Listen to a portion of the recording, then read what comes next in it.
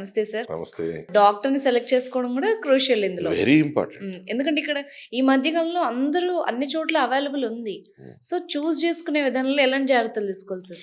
See ఇప్పుడు salons అని, హ్మ్. రకరకాల మేకప్ స్టూడియోస్ అని, హ్మ్.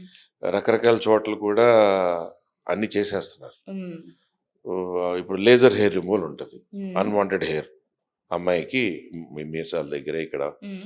పీసీఓడి వలన లేకపోతే రకరకాలుగా ఆ హెయిర్ రిమూవల్ అనేది చిన్న చిన్న సెలూన్స్లోనే చేసేస్తున్నారు. అవును. చిన్న చిన్న మేకప్ స్టూడియోస్లోనే హ్మ్. చేసేస్తున్నారు. But it should go to అంతెందుకు ప్రాపర్ డాక్టర్. ఆన్‌లైన్‌లో గూడా మిషన్స్ ఉన్నాయి. మనం ఇంట్లో కొనుక్కొని లేజర్ చేసేసుకోవచ్చు. ఎంత సేఫ్?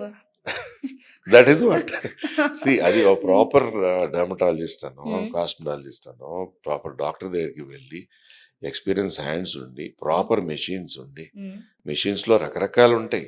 ఓకే. మీరు చెప్పినట్టు ఆన్లైన్లో దొరికేసే మెషినే అంటే మా రియల్ లేజర్ హెయిర్ రిమూవల్ చేసే మెషిన్స్ 25-45 lakhs మెషిన్స్ ఉంటాయి. హ్మ్. అవన్నీ ఎందుకున్నాయి?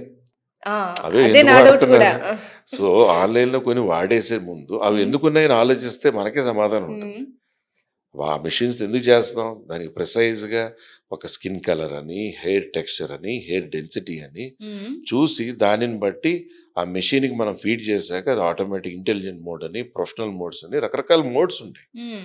దానిని బట్టి మనకున్న స్కిన్‌కున్న టెక్స్చర్, కంప్లెక్షన్ బట్టి, హెయిర్ డెన్సిటీ, థిక్‌నెస్‌ని బట్టి దానికి ఎన్ని హెర్ట్జ్, ఎన్ని మిల్లీ సెకండ్స్, హ్మ్. ఎంత ఫ్రీక్వెన్సీ కానీ అన్నీ కూడా సెట్ చేయడం జరుగుతుంది. Wave okay. లెంత్ కానీ. దానిని బట్టి మనం ట్రీట్మెంట్ చేసుకుంటే సేఫ్. లేతే ఇలాగే ఉంటారు కొంతమంది అక్కడికి వెళ్ళాను హ్మ్. సార్ నాకు ఫేస్ కాలిపోయింది.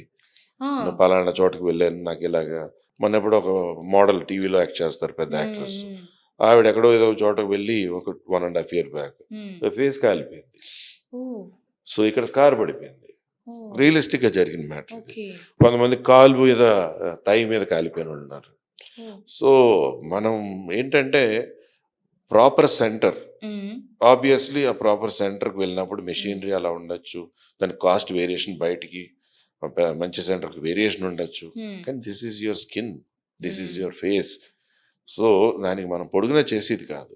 You should go to the right place, right doctors and get the treatment in the right way.